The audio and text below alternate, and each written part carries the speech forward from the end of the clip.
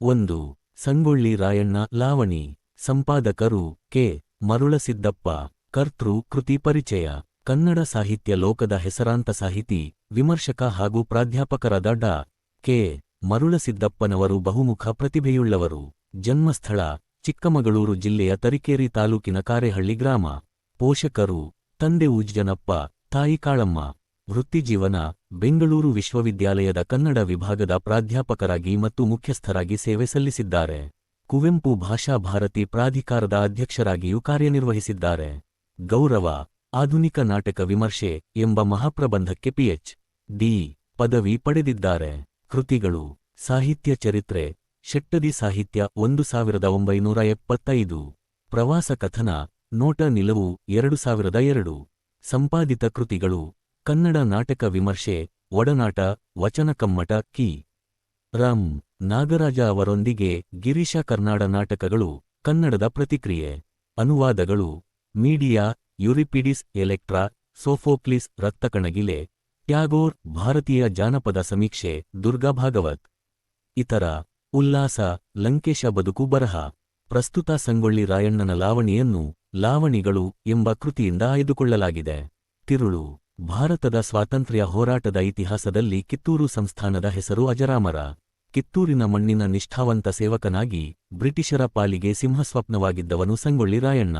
ವೀರತ್ವದ ಪ್ರತೀಕ, ರಾಯಣ್ಣನ ಶೌರ್ಯ ಮತ್ತು ದೇಶಪ್ರೇಮ ಜನಮಾನಸದಲ್ಲಿ ದಂತಕಥೆಯಾಗಿ ಉಳಿದಿದೆ. ಜನಪದರು ಇವನ ಸಾಹಸಗಳನ್ನು ಲಾವಣಿ, ಕಥೆ ಮತ್ತು ನಾಟಕಗಳ ಮೂಲಕ ಜೀವಂತವಾಗಿರಿಸಿದ್ದಾರೆ. ಐತಿಹಾಸಿಕ ಮಹತ್ವ: ಈ ಲಾವಣಿಯು ರಾಯಣ್ಣ ಕಿತ್ತೂರಿನ ನೆಲಕ್ಕಾಗಿ ಹೇಗೆ ತನ್ನ ವೀರತೆಯಿಂದ ಹೋರಾಡಿದ ಮತ್ತು ಬ್ರಿಟಿಷರ ವಿರುದ್ಧ ದಂಗೆಯೆದ್ದ ಕಥನವನ್ನು ವಿವರಿಸುತ್ತದೆ.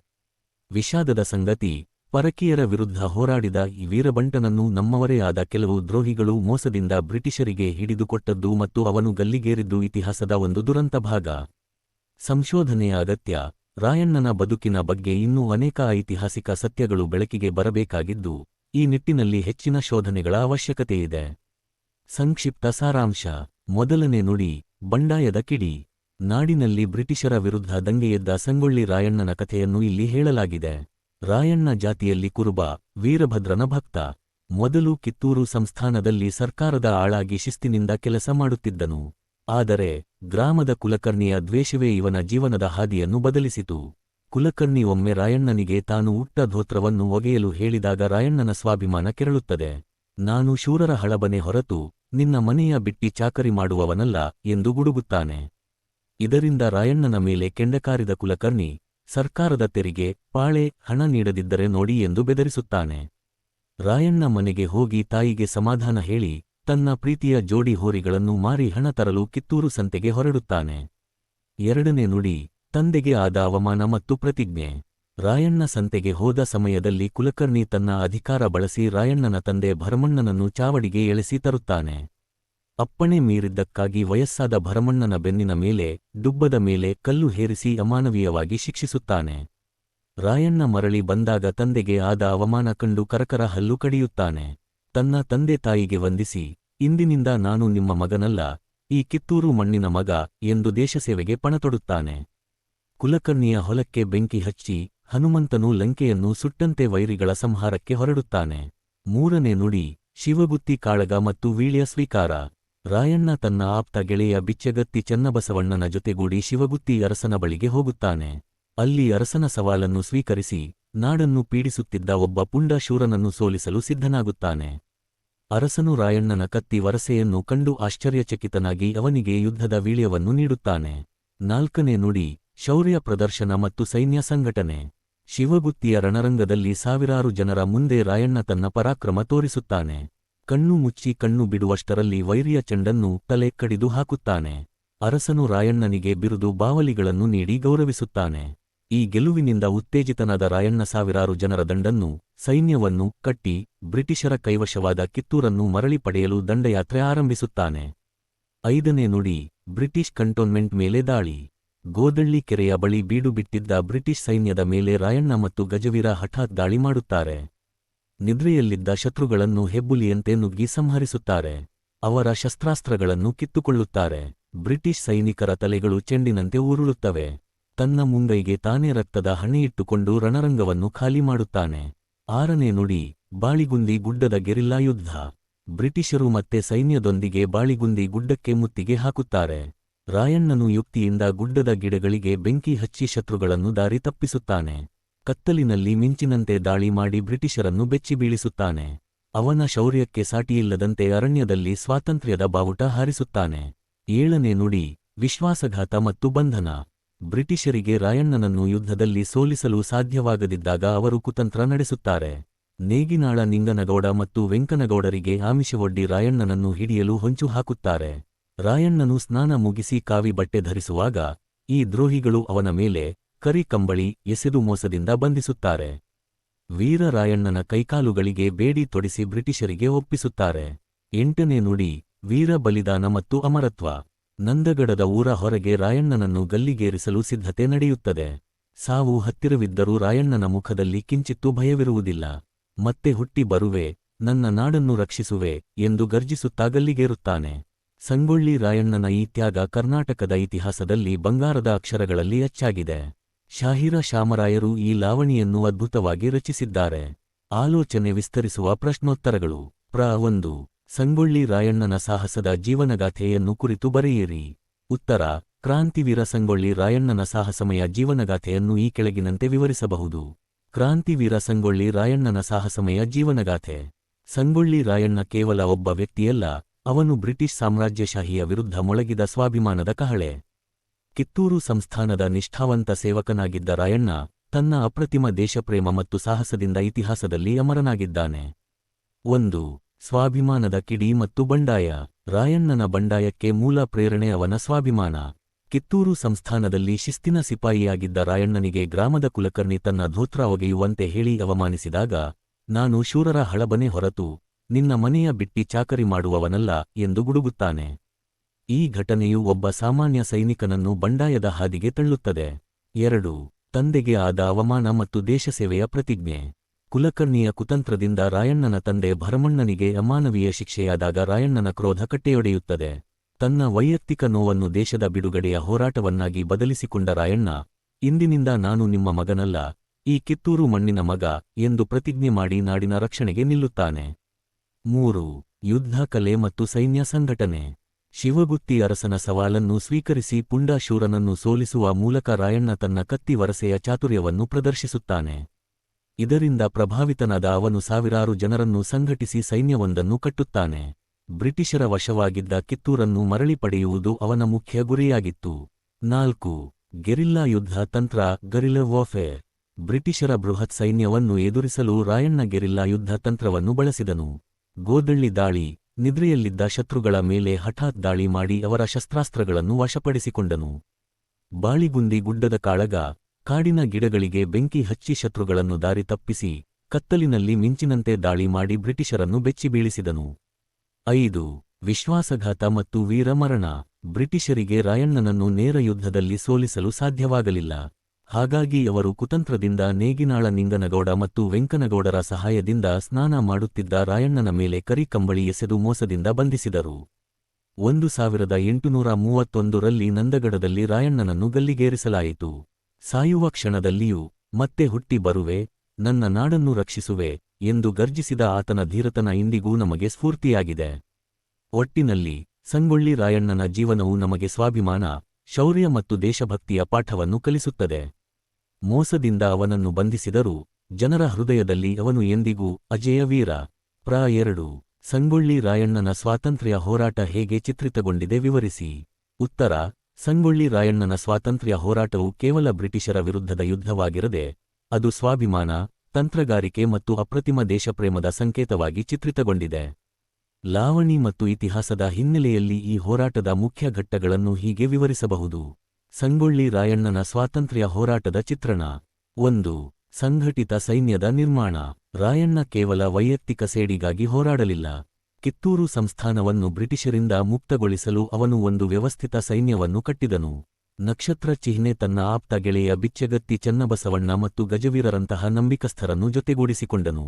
ನಕ್ಷತ್ರ ಚಿಹ್ನೆ ನಾಡಿನ ಯುವಕರನ್ನು ಸಂಘಟಿಸಿ ಅವರಿಗೆ ಶಸ್ತ್ರಾಸ್ತ್ರ ತರಬೇತಿ ನೀಡಿ ಕಿತ್ತೂರನ್ನು ಮರಳಿ ಪಡೆಯುವ ದಂಡಯಾತ್ರೆಯನ್ನು ಆರಂಭಿಸಿದನು. 2. ಗೆರಿಲ್ಲಾ ಯುದ್ಧ ತಂತ್ರದ ಬಳಕೆ. ಬ್ರಿಟಿಷರ ಬೃಹತ್ ಸೈನ್ಯ ಮತ್ತು ಆಧುನಿಕ ಶಸ್ತ್ರಾಸ್ತ್ರಗಳನ್ನು ಎದುರಿಸಲು ರಾಯಣ್ಣ ಗೆರಿಲ್ಲಾ ಅಥವಾ ಮಿಂಚಿನ ದಾಳಿ ತಂತ್ರವನ್ನು ಬಳಸಿದನು. ನಕ್ಷತ್ರ ಚಿಹ್ನೆ ಶಸ್ತ್ರಾಸ್ತ್ರಗಳ ಲೂಟಿ, ಬ್ರಿಟಿಷ್ ಕಂಟೋನ್ಮೆಂಟ್ಗಳ ಮೇಲೆ ಹಠಾತ್ ದಾಳಿ ಮಾಡಿ ಶತ್ರುಗಳ ಶಸ್ತ್ರಾಸ್ತ್ರಗಳನ್ನೇ ಕಿತ್ತುಕೊಂಡು ಅವರ ವಿರುದ್ಧವೇ ಬಳಸುತ್ತಿದ್ದನು. ನಕ್ಷತ್ರ ಚಿಹ್ನೆ ಭೌಗೋಳಿಕ ಲಾಭ, ದಟ್ಟ ಅರಣ್ಯ ಮತ್ತು ಗುಡ್ಡಗಾಡು ಪ್ರದೇಶಗಳನ್ನು, ಉದಾಹರಣೆಗೆ ಬಾಳಿಗುಂದಿ ಗುಡ್ಡ, ತನ್ನ ರಕ್ಷಣೆಗೆ ಮತ್ತು ಶತ್ರುಗಳನ್ನು ದಿಕ್ಕು ತಪ್ಪಿಸಲು ಬಳಸಿಕೊಂಡನು. 3. ಬ್ರಿಟಿಷ್ ಕಚೇರಿಗಳ ಮೇಲೆ ದಾಳಿ. ರಾಯಣ್ಣನ ಹೋರಾಟದ ಒಂದು ಮುಖ್ಯ ಭಾಗವೆಂದರೆ ಬ್ರಿಟಿಷರ ಆಡಳಿತ ಕೇಂದ್ರಗಳನ್ನು ಧ್ವಂಸಗೊಳಿಸುವುದು. ನಕ್ಷತ್ರ ಚಿಹ್ನೆ ಸರ್ಕಾರಿ ಕಚೇರಿಗಳನ್ನು ಸುಡುವುದು, ಖಜಾನೆಯನ್ನು ವಶಪಡಿಸಿಕೊಳ್ಳುವುದು ಮತ್ತು ಬ್ರಿಟಿಷ್ ಅಧಿಕಾರಿಗಳಲ್ಲಿ ಭಯ ಹುಟ್ಟಿಸುವುದು ಆತನ ಕಾಯಕವಾಗಿತ್ತು. ನಕ್ಷತ್ರ ಚಿಹ್ನೆ ಇದರಿಂದಾಗಿ ಬ್ರಿಟಿಷ್ ಸರ್ಕಾರಕ್ಕೆ ರಾಯಣ್ಣನ ಹೆಸರೇ ಒಂದು ದೊಡ್ಡ ತಲೆನೋವಾಗಿ ಪರಿಣಮಿಸಿತು. 4. ವಿರೋಧಿಗಳ ಸಂಹಾರ ಮತ್ತು ನಾಯಕತ್ವ. ಲಾವಣಿಗಳಲ್ಲಿ ರಾಯಣ್ಣನನ್ನು ನಕ್ಷತ್ರ ಚಿಹ್ನೆ ಹೆಬ್ಬುಲಿ ನಕ್ಷತ್ರ ಚಿಹ್ನೆಗೆ ಹೋಲಿಸಲಾಗಿದೆ. ಶಿವಗುತ್ತಿ ಕಾಳಗದಲ್ಲಿ ಪುಂಡಾಶೂರನ ತಲೆ ಕಡಿಯುವ ಮೂಲಕ ತನ್ನ ವೀರತ್ವವನ್ನು ಸಾಬೀತುಪಡಿಸಿದ ರಾಯಣ್ಣ ನಂತರ ಸತತವಾಗಿ ಬ್ರಿಟಿಷ್ ಸೈನಿಕರ ಮೃತ್ಯುವಾಗಿ ಕಾಡಿದನು.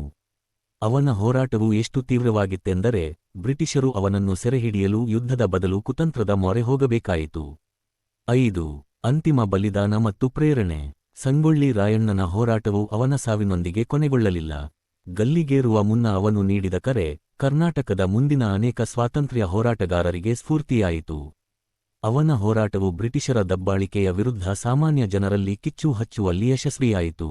ಸಂಕ್ಷಿಪ್ತವಾಗಿ, ರಾಯಣ್ಣನ ಹೋರಾಟವು ತನ್ನ ಮಣ್ಣಿನ ಮೇಲಿನ ಭಕ್ತಿ ಮತ್ತು ಪರಕೀಯರ ಆಡಳಿತದ ವಿರುದ್ಧದ ಕೆಚ್ಚೆದೆಯ ಹೋರಾಟವಾಗಿ ಚಿತ್ರಿತಗೊಂಡಿದೆ. ಅವನ ಸಾಹಸಗಳು ಇಂದಿಗೂ ಲಾವಣಿಗಳ ಮೂಲಕ ನಾಡಿನ ಜನಮಾನಸದಲ್ಲಿ ಜೀವಂತವಾಗಿವೆ. 3.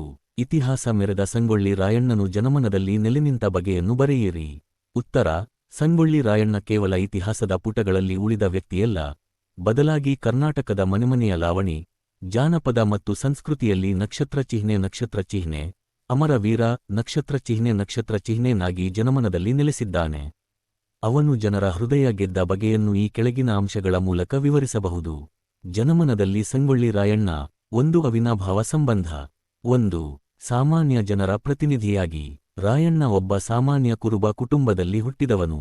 ಒಬ್ಬ ಸಾಮಾನ್ಯ ಸೈನಿಕನಾಗಿದ್ದ ರಾಯಣ್ಣ ಅಂದಿನ ಕಾಲದ ಪ್ರಬಲ ಬ್ರಿಟಿಷ್ ಸಾಮ್ರಾಜ್ಯದ ವಿರುದ್ಧ ತೊಡೆ ತಟ್ಟಿ ನಿಂತಿದ್ದು ಜನಸಾಮಾನ್ಯರಲ್ಲಿ ಆತ್ಮವಿಶ್ವಾಸ ತುಂಬಿತು. ನಮ್ಮವನೊಬ್ಬ ಪರಕೀಯರನ್ನು ಎದುರಿಸಬಲ್ಲ ಎಂಬ ಹೆಮ್ಮೆ ಜನರಲ್ಲಿ ಇಂದಿಗೂ ಅವನನ್ನು ಜೀವಂತವಾಗಿರಿಸಿದೆ. 2. ಲಾವಣಿ ಮತ್ತು ಜಾನಪದ ಸಾಹಿತ್ಯದ ಮೂಲಕ. ರಾಯಣ್ಣನ ಸಾಹಸಗಾಥೆಗಳು ಕೇವಲ ಪುಸ್ತಕಗಳಲ್ಲಿ ಅಡಗಿಲ್ಲ. ಉತ್ತರ ಕರ್ನಾಟಕದ ಹಳ್ಳಿಗಳಲ್ಲಿ ಶಾಮರಾಯರು ಅಂತಹ ಶಾಹಿರರು ರಚಿಸಿದ ಲಾವಣಿಗಳು ಇಂದಿಗೂ ಮನೆಮಾತು. ಹಂತಿ ಪದಗಳು, ಸುಗ್ಗಿ ಹಾಡುಗಳು ಮತ್ತು ಹಳ್ಳಿ ಹಬ್ಬಗಳಲ್ಲಿ ರಾಯಣ್ಣನ ಶೌರ್ಯವನ್ನು ಹಾಡಲಾಗುತ್ತದೆ. ಲಾವಣಿಗಳಲ್ಲಿ ಅವನನ್ನು ಹೆಬ್ಬುಲಿ, ಕಿತ್ತೂರು ಕಲಿ ಎಂದು ಬಣ್ಣಿಸಿರುವುದು ಜನರ ಕಲ್ಪನೆಯಲ್ಲಿ ಅವನನ್ನು ಒಬ್ಬ ಅದ್ಭುತ ವೀರನನ್ನಾಗಿ ಮಾಡಿದೆ. 3. ಸ್ವಾಭಿಮಾನದ ಸಂಕೇತವಾಗಿ. ಕುಲಕರ್ಣಿಯ ದಬ್ಬಾಳಿಕೆಗೆ ಮಣಿಯದೆ ತನ್ನ ತಂದೆಗೆ ಆದ ಅವಮಾನಕ್ಕೆ ಪ್ರತಿಕಾರ ತೀರಿಸಲು ರಾಜ್ಯದ ರಕ್ಷಣೆಗೆ ನಿಂತ ರಾಯಣ್ಣನ ಕಥೆ ಪ್ರತಿ ಕನ್ನಡಿಗನಿಗೆ ಸ್ವಾಭಿಮಾನದ ಪಾಠವಾಗಿದೆ. ಬೆನ್ನು ತೋರಿಸಿ ಓಡುವುದಕ್ಕಿಂತ ಎದೆಯೊಡ್ಡಿ ಹೋರಾಡಿ ಸಾಯುವುದು ಲೇಸು ಎಂಬ ಅವನ ತತ್ವ ಜನಮನದಲ್ಲಿ ಅಚ್ಚೊತ್ತಿದೆ. 4. ಅಂತಿಮ ಕ್ಷಣದ ವೀರಾವೇಶದ ಮಾತುಗಳು. ಗಲ್ಲಿಗೇರುವ ಮುನ್ನ ರಾಯಣ್ಣ ಹೇಳಿದ ಮಾತುಗಳು ಇಂದಿಗೂ ರೋಮಾಂಚನಕಾರಿಯಾಗಿವೆ. ಸಾಯುವ ಮುನ್ನ ನನ್ನ ಕೊನೆಯ ಆಸೆ ಏನೆಂದರೆ ಮತ್ತೆ ನಾನು ಈ ಪುಣ್ಯಭೂಮಿಯಲ್ಲಿ ಹುಟ್ಟಿ ಬರಬೇಕು, ಬ್ರಿಟಿಷರ ವಿರುದ್ಧ ಹೋರಾಡಬೇಕು. ಈ ನಿಸ್ವಾರ್ಥ ದೇಶಪ್ರೇಮ ಅವನನ್ನು ಒಬ್ಬ ವ್ಯಕ್ತಿಯಿಂದ ಶಕ್ತಿಯಾಗಿ ಬದಲಾಯಿಸಿತು. ನಂದಗಡದಲ್ಲಿ ಅವನು ಗಲ್ಲಿಗೇರಿದ ಜಾಗ ಇಂದಿಗೂ ಒಂದು ಪುಣ್ಯಕ್ಷೇತ್ರದಂತೆ ಭಕ್ತಿಯಿಂದ ಕಾಣಲ್ಪಡುತ್ತದೆ. 5. ಕಲೆ ಮತ್ತು ಮಾಧ್ಯಮದ ಪ್ರಭಾವ. ಸಂಗೊಳ್ಳಿ ರಾಯಣ್ಣನ ಜೀವನ ಆಧಾರಿತ ನಾಟಕಗಳು, ಉದಾಹರಣೆಗೆ ಕ್ರಾಂತಿವೀರ ಸಂಗೊಳ್ಳಿ ರಾಯಣ್ಣ ನಾಟಕ ಮತ್ತು ಚಲನಚಿತ್ರಗಳು ಹೊಸ ಪೀಳಿಗೆಯ ಮನಸ್ಸಿನಲ್ಲೂ ಅವನ ಸಾಹಸವನ್ನು ಹಚ್ಚ ಹಸಿರಾಗಿಟ್ಟಿವೆ. ಅರಮನೆಗಳಿಲ್ಲದಿದ್ದರೂ ಜನರ ಹೃದಯದಲ್ಲಿ ಅವನು ಕಿತ್ತೂರು ಸಂಸ್ಥಾನದ ಅಘೋಷಿತ ರಾಜ ನಾಗಿ ಕುಳಿತಿದ್ದಾನೆ. ಸಂಕ್ಷಿಪ್ತವಾಗಿ ಹೇಳುವುದಾದರೆ, ರಾಯಣ್ಣ ಜನಮನದಲ್ಲಿ ನೆಲೆನಿಂತದ್ದು ಅವನ ಅಧಿಕಾರಕ್ಕಲ್ಲ, ಬದಲಾಗಿ ಅವನ ಅಪ್ರತಿಮ ತ್ಯಾಗ ಮತ್ತು ಕೆಚ್ಚೆದೆಯ ಹೋರಾಟಕ್ಕಾಗಿ. ದ್ರೋಹಕ್ಕೆ ಬಲಿಯಾದರೂ ಅವನ ದೇಶಭಕ್ತಿ ಇಂದಿಗೂ ಕೋಟ್ಯಂತರ ಕನ್ನಡಿಗರಿಗೆ ಸ್ಫೂರ್ತಿಯ ಸೆಲೆಯಾಗಿದೆ. ವಿವರಣೆಯನ್ನು ಬಯಸುವ ಪ್ರಶ್ನೋತ್ತರಗಳು. ಪ್ರಬಂಧ ಮಾದರಿಯ ಪ್ರಶ್ನೋತ್ತರಗಳು. 1. ಪುಂಡ ಪಾಳೆಯಗಾರ ಸಂಗೊಳ್ಳಿ ರಾಯಣ್ಣನ ಬಂಡಾಯದ ಚಿತ್ರಣವನ್ನು ಪರಾಮರ್ಶಿಸಿರಿ. ಉತ್ತರ: ಸಂಗೊಳ್ಳಿ ರಾಯಣ್ಣ ಕೇವಲ ಒಬ್ಬ ವ್ಯಕ್ತಿಯಲ್ಲ, ಅವನು ಕಿತ್ತೂರಿನ ಸ್ವಾತಂತ್ರ್ಯದ ಕಿಚ್ಚು.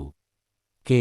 ಮರುಳಸಿದ್ದಪ್ಪನವರು ಸಂಪಾದಿಸಿದ ಈ ಲಾವಣಿಯ ಆಧಾರದ ಮೇಲೆ ರಾಯಣ್ಣನ ಬಂಡಾಯದ ಚಿತ್ರಣವನ್ನು ಈ ಕೆಳಗಿನಂತೆ ಪರಾಮರ್ಶಿಸಬಹುದು. 1. ಬಂಡಾಯದ ಹಿನ್ನೆಲೆ ಮತ್ತು ಕಿಡಿ. ರಾಯಣ್ಣನ ಬಂಡಾಯವು ಕೇವಲ ಅಧಿಕಾರದ ಹಸಿವಿನಿಂದ ಹುಟ್ಟಿದ್ದಲ್ಲ, ಅದು ವೈಯಕ್ತಿಕ ಅವಮಾನ ಮತ್ತು ವ್ಯವಸ್ಥೆಯ ದಬ್ಬಾಳಿಕೆಯ ವಿರುದ್ಧದ ಪ್ರತಿರೋಧವಾಗಿತ್ತು. ಊರಿನ ಕುಲಕರ್ಣಿಯು ರಾಯಣ್ಣನನ್ನು ಕೀಳಾಗಿ ಕಂಡು ತನ್ನ ಧೋತ್ರವನ್ನು ಒಗೆಯುವಂತೆ ಹೇಳಿ ಅವಮಾನಿಸುತ್ತಾನೆ. ತಾನು ಬಿಟ್ಟಿ ಚಾಕರಿ ಮಾಡುವವನಲ್ಲ ಎಂದು ರಾಯಣ್ಣ ಗುಡುಗಿದಾಗ ಕುಲಕರ್ಣಿ ಸೇಡಿನಿಂದ ಅವನ ತಂದೆಯನ್ನು ಹಿಂಸಿಸುತ್ತಾನೆ. ಈ ದೌರ್ಜನ್ಯ ರಾಯಣ್ಣನಲ್ಲಿದ್ದ ಬಂಡಾಯದ ಕಿಚ್ಚನ್ನು ಹಚ್ಚುತ್ತದೆ. 2. ಗೆರಿಲ್ಲಾ ಯುದ್ಧತಂತ್ರ ಮತ್ತು ಹೋರಾಟದ ಹಾದಿ. ರಾಯಣ್ಣನ ಬಂಡಾಯದ ಪ್ರಮುಖ ಚಿತ್ರಣವೆಂದರೆ ಅವನ ವಿಶಿಷ್ಟ ಯುದ್ಧತಂತ್ರ. ಲಾವಣಿಯಲ್ಲಿ ವಿವರಿಸಿರುವಂತೆ ವೈರಿ ನಾಶ, ಕುಲಕರ್ಣಿಯ ಹೊಲಕ್ಕೆ ಬೆಂಕಿ ಹಚ್ಚುವ ಮೂಲಕ ತನ್ನ ಪ್ರತಿರೋಧ ಆರಂಭಿಸುತ್ತಾನೆ. ಸೈನ್ಯ ಸಂಘಟನೆ, ಬಿಚ್ಚೆಗತ್ತಿ ಚನ್ನಬಸವಣ್ಣನಂತಹ ನಿಷ್ಠಾವಂತ ಗೆಳೆಯರನ್ನು ಒಗ್ಗೂಡಿಸಿ ಸಾವಿರಾರು ಜನರ ಪುಂಡರ ದಂಡನ್ನು ಕಟ್ಟುತ್ತಾನೆ. ಬ್ರಿಟಿಷರ ಮೇಲಿನ ದಾಳಿ, ಬ್ರಿಟಿಷರ ಆಡಳಿತ ಕೇಂದ್ರಗಳಾದ ಸಂಪಗಾನ್ವ ಕಚೇರಿಗೆ ಬೆಂಕಿ ಹಚ್ಚುವುದು ಮತ್ತು ಬ್ರಿಟಿಷ್ ಸೈನ್ಯದ ಮೇಲೆ ಅನಿರೀಕ್ಷಿತವಾಗಿ ದಾಳಿ ಮಾಡಿ ಅವರನ್ನು ದಿಕ್ಕಾಪಾಲಾಗುವಂತೆ ಮಾಡುವುದು ರಾಯಣ್ಣನ ಬಂಡಾಯದ ತೀವ್ರತೆಯನ್ನು ತೋರಿಸುತ್ತದೆ. 3. ಕಿತ್ತೂರಿನ ಮೇಲಿನ ನಿಷ್ಠೆ. ರಾಯಣ್ಣನ ಹೋರಾಟದ ಅಂತಿಮ ಗುರಿ ಕಿತ್ತೂರಿನ ಸ್ವಾತಂತ್ರ್ಯವಾಗಿತ್ತು. ಮಲಸರ್ಜನ ಮತ್ತು ರಾಣಿ ಚೆನ್ನಮ್ಮನ ಮೇಲಿನ ನಿಷ್ಠೆ ಅವನ ಬಂಡಾಯಕ್ಕೆ ನೈತಿಕ ಶಕ್ತಿಯನ್ನು ನೀಡಿತು. ಸಾಯುವವರೆಗೂ ಕಿತ್ತೂರಿನ ಬಂಟ ಎಂಬ ಅವನ ಛಲ ಬ್ರಿಟಿಷರ ಪಾಲಿಗೆ ಸಿಂಹಸ್ವಪ್ನವಾಗಿತ್ತು.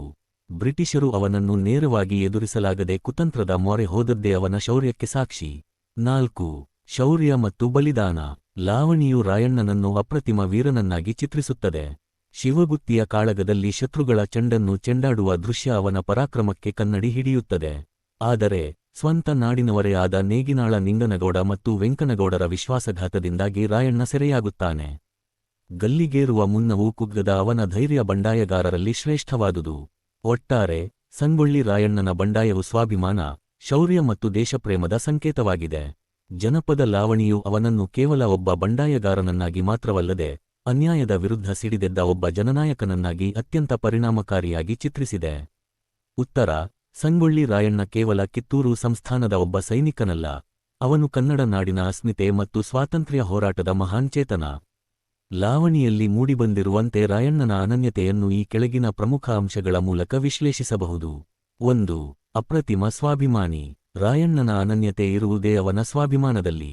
ಕುಲಕರ್ಣಿ ತನ್ನ ಉಟ್ಟ ಧೋತ್ರವನ್ನು ಒಗೆಯಲು ಹೇಳಿದಾಗ ರಾಯಣ್ಣ ಬಿಟ್ಟಿ ಆಳುಗಳ ಕೆಲಸ ಮಾಡಲಾರೆ ಎಂದು ತಿರುಗಿ ಬೀಳುತ್ತಾನೆ. ಅಧಿಕಾರಕ್ಕೆ ಅಥವಾ ಮೇಲ್ವರ್ಗದ ದಬ್ಬಾಳಿಕೆಗೆ ಮಣಿಯದ ಅವನ ಈ ಗುಣ ಶೋಷಿತ ವರ್ಗದ ಪ್ರತಿರೋಧದ ಸಂಕೇತವಾಗಿದೆ. 2. ಗೆರಿಲ್ಲಾ ಯುದ್ಧತಂತ್ರದ ಪ್ರವೀಣ. ಬ್ರಿಟಿಷರ ಬೃಹತ್ ಸೈನ್ಯವನ್ನು ಎದುರಿಸಲು ರಾಯಣ್ಣ ಅನುಸರಿಸಿದ ಗೆರಿಲ್ಲಾ ಯುದ್ಧತಂತ್ರ ಅವನನ್ನು ಇತರ ಹೋರಾಟಗಾರರಿಗಿಂತ ಭಿನ್ನವಾಗಿಸುತ್ತದೆ. ಕಾಡು ಮೇಡುಗಳಲ್ಲಿ ಅಡಗಿಕೊಂಡು ಅನಿರೀಕ್ಷಿತವಾಗಿ ದಾಳಿ ಮಾಡುವುದು, ರಾತ್ರಿ ಹೊತ್ತಿನಲ್ಲಿ ಬ್ರಿಟಿಷ್ ಕಚೇರಿಗಳಿಗೆ ಬೆಂಕಿ ಹಚ್ಚುವುದು, ಅಲ್ಪಸಂಖ್ಯೆಯ ಸೈನಿಕರನ್ನು ಇಟ್ಟುಕೊಂಡು ಬ್ರಿಟಿಷರಲ್ಲಿ ಭೀತಿ ಹುಟ್ಟಿಸುವುದು ಅವನ ಯುದ್ಧ ಕೌಶಲಕ್ಕೆ ಸಾಕ್ಷಿ. 3. ನಿಷ್ಠೆ ಮತ್ತು ದೇಶಪ್ರೇಮ. ರಾಯಣ್ಣನ ಅನನ್ಯತೆ ಅವನ ಅಚಲವಾದ ನಿಷ್ಠೆಯಲ್ಲಿದೆ. ಕಿತ್ತೂರು ರಾಣಿ ಚೆನ್ನಮ್ಮ ಮತ್ತು ಮಲಸರ್ಜ ಅರಸರ ಮೇಲಿದ್ದ ಗೌರವ ಅವನನ್ನು ಹೋರಾಟಕ್ಕೆ ಪ್ರೇರೇಪಿಸಿತು. ಸಂಸ್ಥಾನ ಪತನಗೊಂಡರೂ ತನ್ನ ನಾಯಕಿ ಸೆರೆಯಲ್ಲಿದ್ದರೂ ಧೃತಿಗೆಡದೆ ಹೋರಾಟವನ್ನು ಮುಂದುವರಿಸಿದ ರಾಯಣ್ಣನ ನಿಷ್ಠೆ ಅದ್ವಿತೀಯವಾದುದು. 4. ಜನಪದ ದಂತಕಥೆ. ಇತಿಹಾಸದ ಪುಟಗಳಿಗಿಂತ ಹೆಚ್ಚಾಗಿ ರಾಯಣ್ಣ ಜನರ ಹೃದಯದಲ್ಲಿ, ಲಾವಣಿಗಳಲ್ಲಿ ಜೀವಂತವಾಗಿದ್ದಾನೆ. ಸಾಮಾನ್ಯ ಕುರುಬ ಕುಟುಂಬದಲ್ಲಿ ಹುಟ್ಟಿದ ಒಬ್ಬ ವ್ಯಕ್ತಿ ಸಾಮ್ರಾಜ್ಯಶಾಹಿ ಬ್ರಿಟಿಷರ ನಿದ್ದೆಗೆಡಿಸಿದ ಕಥೆ ಜನಪದರಲ್ಲಿ ಅಚ್ಚಳಿಯದ ಪ್ರಭಾವ ಬೀರಿದೆ. ಸಾವು ಹತ್ತಿರವಿದ್ದರೂ ಮತ್ತೆ ಹುಟ್ಟಿ ಬಂದು ಈ ಮಣ್ಣಿಗಾಗಿ ಹೋರಾಡುವೆ ಎಂಬ ಅವನ ಮಾತು ಅವನ ವ್ಯಕ್ತಿತ್ವಕ್ಕೆ ದೈವಿಕ ಮೆರುಗು ನೀಡಿದೆ. 5. ವಿಶ್ವಾಸಘಾತಕ್ಕೆ ಬಲಿಯಾದ ವೀರ. ಬ್ರಿಟಿಷರು ರಾಯಣ್ಣನನ್ನು ಯುದ್ಧದಲ್ಲಿ ಸೋಲಿಸಲು ಸಾಧ್ಯವಾಗಲಿಲ್ಲ. ಅವನನ್ನು ಹಿಡಿಯಲು ಸ್ವಂತ ನಾಡಿನವರೇ ಆದ ದ್ರೋಹಿಗಳ ಸಹಾಯ ಪಡೆಯಬೇಕಾಯಿತು. ಶತ್ರುವಿನ ಗುಂಡಿಗೆ ಎದೆಯೊಡ್ಡಿ ಸಾಯುವ ಬದಲು ವಿಶ್ವಾಸಘಾತದಿಂದ ಬಂಧಿತನಾದದ್ದು ಅವನ ಹೋರಾಟದ ಹಾದಿಯ ದುರಂತ ಹಾಗೂ ಅವನ ವ್ಯಕ್ತಿತ್ವದ ತೀವ್ರತೆಯನ್ನು ಎತ್ತಿ ತೋರಿಸುತ್ತದೆ. ಸಾರಾಂಶ: ರಾಯಣ್ಣನ ಅನನ್ಯತೆ ಇರುವುದು ಅವನ ಧೈರ್ಯ, ತಂತ್ರಗಾರಿಕೆ ಮತ್ತು ನಾಯಕತ್ವದಲ್ಲಿ. ಅವನು ಅಧಿಕಾರಕ್ಕಾಗಿ ಹೋರಾಡಲಿಲ್ಲ, ಬದಲಿಗೆ ಕಿತ್ತೂರಿನ ಸ್ವಾತಂತ್ರ್ಯ ಮತ್ತು ತನ್ನವರ ಸ್ವಾಭಿಮಾನಕ್ಕಾಗಿ ಹೋರಾಡಿ ಹುತಾತ್ಮನಾದನು. ಟಿಪ್ಪಣಿ ರೂಪದ ಪ್ರಶ್ನೋತ್ತರಗಳು. ಪ್ರ 1. ರಾಯಣ್ಣ ಮತ್ತು ಕುಲಕರ್ಣಿಯ ನಡುವೆ ಜಗಳ ಆರಂಭವಾಗಲು ಕಾರಣವೇನು?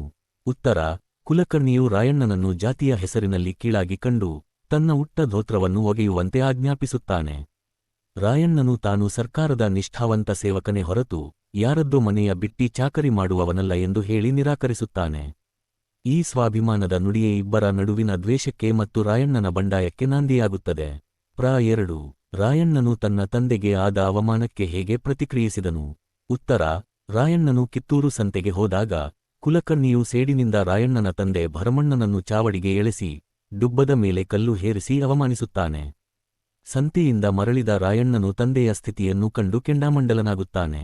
ನಿಮ್ಮ ಹೊಟ್ಟೆಯಲ್ಲಿ ಹುಟ್ಟಿದ ಮಗ ನಾನಲ್ಲ ಎಂದು ಪ್ರತಿಜ್ಞೆ ಮಾಡಿ ಕುಲಕರ್ಣಿಯ ಹೊಲಕ್ಕೆ ಬೆಂಕಿ ಹಚ್ಚಿ ಅಲ್ಲಿಂದ ಹೊರಟು ಹೋಗುತ್ತಾನೆ. ಪ್ರ 3. ಬ್ರಿಟಿಷರ ವಿರುದ್ಧದ ಹೋರಾಟದಲ್ಲಿ ರಾಯಣ್ಣನಿಗೆ ಸಾಥ್ ನೀಡಿದವರು ಯಾರು ಮತ್ತು ಅವರ ತಂತ್ರವೇನಾಗಿತ್ತು? ಉತ್ತರ: ರಾಯಣ್ಣನಿಗೆ ಅವನ ಜೀವದ ಗೆಳೆಯ ಬಿಚ್ಚಗತ್ತಿ ಚನ್ನಬಸವಣ್ಣ ಮತ್ತು ಗಜವೀರರು ಸಾಥ್ ನೀಡಿದರು. ರಾಯಣ್ಣನು ನೇರ ಯುದ್ಧಕ್ಕಿಂತ ಹೆಚ್ಚಾಗಿ ಬ್ರಿಟಿಷರಿಗೆ ಗೆರಿಲ್ಲಾ ಯುದ್ಧತಂತ್ರದ ಮೂಲಕ ಅನಿವಾರ್ಯ ಸಂಕಷ್ಟ ತಂದೊಡ್ಡಿದನು. ರಾತ್ರಿ ವೇಳೆ ಬ್ರಿಟಿಷ್ ಕಚೇರಿಗಳಿಗೆ, ಉದಾಹರಣೆಗೆ ಸಂಪಗಾನ್ವ ಕಚೇರಿ, ಬೆಂಕಿ ಹಚ್ಚುವುದು ಮತ್ತು ಅನಿರೀಕ್ಷಿತವಾಗಿ ಸೈನ್ಯದ ಮೇಲೆ ದಾಳಿ ಮಾಡುವುದು ಅವರ ಪ್ರಮುಖ ತಂತ್ರವಾಗಿತ್ತು. ಪ್ರ 4. ರಾಯಣ್ಣನ ಬಂಧನಕ್ಕೆ ಕಾರಣವಾದ ವಿಶ್ವಾಸಘಾತದ ಘಟನೆಯನ್ನು ವಿವರಿಸಿ. ಉತ್ತರ: ಬ್ರಿಟಿಷರು ರಾಯಣ್ಣನನ್ನು ನೇರವಾಗಿ ಹಿಡಿಯಲು ಸಾಧ್ಯವಾಗದೆ ಕುತಂತ್ರ ನಡೆಸಿದರು. ಅವರು ನೇಗಿನಾಳ ನಿಂಗನಗೌಡ ಮತ್ತು ಕುದಾನಪುರ ವೆಂಕನಗೌಡರಿಗೆ ಆಮಿಷವೊಡ್ಡಿ ತಮ್ಮ ಕಡೆಗೆ ಸೆಳೆದುಕೊಂಡರು. ರಾಯಣ್ಣನು ಸ್ನಾನ ಮುಗಿಸಿ ಕಾವಿ ಬಟ್ಟೆ ಧರಿಸುತ್ತಿದ್ದ ಅಸಹಾಯಕ ಸಂದರ್ಭದಲ್ಲಿ ಈ ದ್ರೋಹಿಗಳು ಅವನ ಮೇಲೆ ಕಂಬಳಿ ಎಸೆದು ಮೋಸದಿಂದ ಬಂಧಿಸಿ ಬ್ರಿಟಿಷರಿಗೆ ಒಪ್ಪಿಸಿದರು. 1 ಅಂಕದ ಪ್ರಶ್ನೋತ್ತರಗಳು. ಪ್ರ 1. ಸಂಗೊಳ್ಳಿ ರಾಯಣ್ಣ ಲಾವಣಿಯ ಸಂಪಾದಕರು ಯಾರು? ಉತ್ತರ: ಕೆ. ಮರುಳಸಿದ್ದಪ್ಪ. ಪ್ರ 2. ರಾಯಣ್ಣ ಯಾವ ನಾಡಿನವನು? ಉತ್ತರ: ಕಿತ್ತೂರು ನಾಡಿನ ಸಂಗೊಳ್ಳಿ ಗ್ರಾಮದವನು. ಪ್ರ 3. ಲಾವಣಿಯ ಪ್ರಕಾರ ರಾಯಣ್ಣ ಯಾವ ಜಾತಿಯವನು? ಉತ್ತರ: ಕುರುಬ ಜಾತಿಯವನು. ಪ್ರ 4. ರಾಯಣ್ಣ ಯಾರ ಭಕ್ತನಾಗಿದ್ದನು? ಉತ್ತರ: ವೀರಭದ್ರನ ಭಕ್ತ. ಲಾವಣಿಯಲ್ಲಿ ಭೀರನ ಭಕ್ತ ಎಂದು ಉಲ್ಲೇಖಿಸಲಾಗಿದೆ. ಪ್ರ 5. ರಾಯಣ್ಣನ ತಂದೆಯ ಹೆಸರೇನು? ಉತ್ತರ: ಭರಮಣ್ಣ. ಪ್ರ 6. ಕುಲಕರ್ಣಿಯು ರಾಯಣ್ಣನಿಗೆ ಏನನ್ನು ಒಗೆಯಲು ಹೇಳಿದನು? ಉತ್ತರ: ತಾನು ಹುಟ್ಟಿದ್ದ ಧೋತ್ರವನ್ನು. ಪ್ರ 7. ರಾಯಣ್ಣನು ಕುಲಕರ್ಣಿಯ ಕೆಲಸ ಮಾಡಲು ಏಕೆ ನಿರಾಕರಿಸಿದನು? ಉತ್ತರ: ತಾನು ಬಿಟ್ಟಿ ಆಳಲ್ಲ ಮತ್ತು ಸ್ವಾಭಿಮಾನಿ ಎಂಬ ಕಾರಣಕ್ಕೆ. ಪ್ರ 8. ಕುಲಕರ್ಣಿಯು ರಾಯಣ್ಣನ ತಂದೆಗೆ ಎಂತಹ ಶಿಕ್ಷೆ ನೀಡಿದನು? ಉತ್ತರ: ಡುಬ್ಬದ ಬೆನ್ನಿನ ಮೇಲೆ ಕಲ್ಲು ಹೇರುವ ಶಿಕ್ಷೆ ನೀಡಿದನು. ಪ್ರ 9. ರಾಯಣ್ಣನು ತನ್ನ ತಂದೆಗೆ ಆದ ಅವಮಾನ ನೋಡಿ ಯಾರ ಹೊಲಕ್ಕೆ ಬೆಂಕಿ ಹಚ್ಚಿದನು? ಉತ್ತರ: ಕುಲಕರ್ಣಿಯ ಹೊಲಕ್ಕೆ. ಪ್ರ 10. ರಾಯಣ್ಣನ ಜೀವದ ಗೆಳೆಯ ಯಾರು? ಉತ್ತರ: ಬಿಚ್ಚಗತ್ತಿ ಚನ್ನಬಸವಣ್ಣ. ಪ್ರ 11.